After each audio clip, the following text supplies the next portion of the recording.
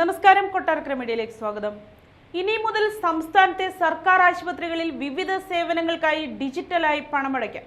ഇതിനായി സംസ്ഥാനത്തെ സർക്കാർ ആശുപത്രികളിൽ സജ്ജീകരണങ്ങൾ ഒരുക്കിയതായി ആരോഗ്യവകുപ്പ് മന്ത്രി വീണ ജോർജ് വ്യക്തമാക്കി. ഇതിനായി സംസ്ഥാനത്തെ സർക്കാർ ആശുപത്രിയിൽ സജ്ജീകരണങ്ങൾ ഒരുക്കിയതായി ആരോഗ്യവകുപ്പ് മന്ത്രി വീണ ജോർജ് വ്യക്തമാക്കി. ആദ്യഘട്ടത്തിൽ 313 ആശുപത്രികളിലാണ് ഈ സൗകര്യം ഒരുക്കിയിരിക്കുന്നത്. ബാക്കിയുള്ള ആശുപത്രികളിൽ കൂടി ഈ സംവിധാനം 1 മാസത്തിനകം സജ്ജമാക്കാനുള്ള നടപടികൾ പുരോഗമിക്കുകയാണെന്ന് മന്ത്രി അറിയിച്ചു. അതോടൊപ്പം ഓൺലൈനായി OP ടിക്കറ്റ് എടുക്കാനും സംവിധാനം ഏർപ്പെടുത്തും. സംസ്ഥാനത്തെ ആരോഗ്യ ചികിത്സാ കേന്ദ്രങ്ങളിൽ credit card, debit card, Google Pay, PhonePe മുതലായ UPI ആപ്പുകൾ എന്നിവ വഴി പണമടയ്ക്കുന്നതിനുള്ള സൗകര്യമാണ് ഒരുക്കിയത്. തദ്ദേശ സ്വയംഭരണ വകുപ്പിന് കീഴിലുള്ള ഇൻഫർമേഷൻ കേരള മിഷനുമായി സഹകരിച്ചാണ് ഈ പദ്ധതി നടപ്പിലാക്കിയിട്ടുള്ളത്.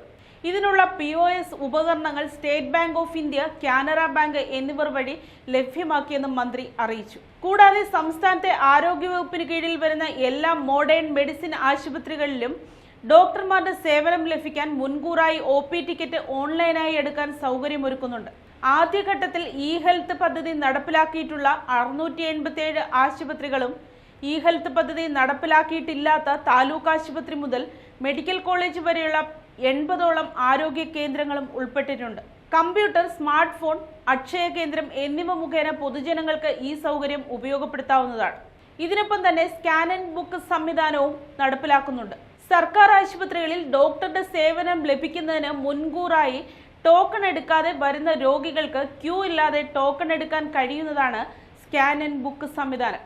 ആശുപത്രിയിൽ പ്രദർശിപ്പിച്ചിട്ടുള്ള QR കോഡ് സ്മാർട്ട് ഫോൺ ഉപയോഗിച്ച് സ്കാൻ ചെയ്ത് OP ടിക്കറ്റ് ഓൺലൈനായി എടുക്കാൻ ഇതിലൂടെ സാധിക്കും.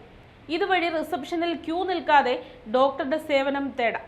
ഡിജിറ്റലായി പണമടയ്ക്കാനുള്ള സംവിധാനം, ഓൺലൈനായി OP ടിക്കറ്റ്, ME-ഹെൽത്ത് ആപ്പ്, സ്കാൻ ആൻഡ് ബുക്ക് സംവിധാനങ്ങൾ എന്നിവയുടെ ഉദ്ഘാടനം ഏപ്രിൽ 7-ന് ആരോഗ്യവകുപ്പ് മന്ത്രി വീണ ജോർജ് നിർവഹിക്കും.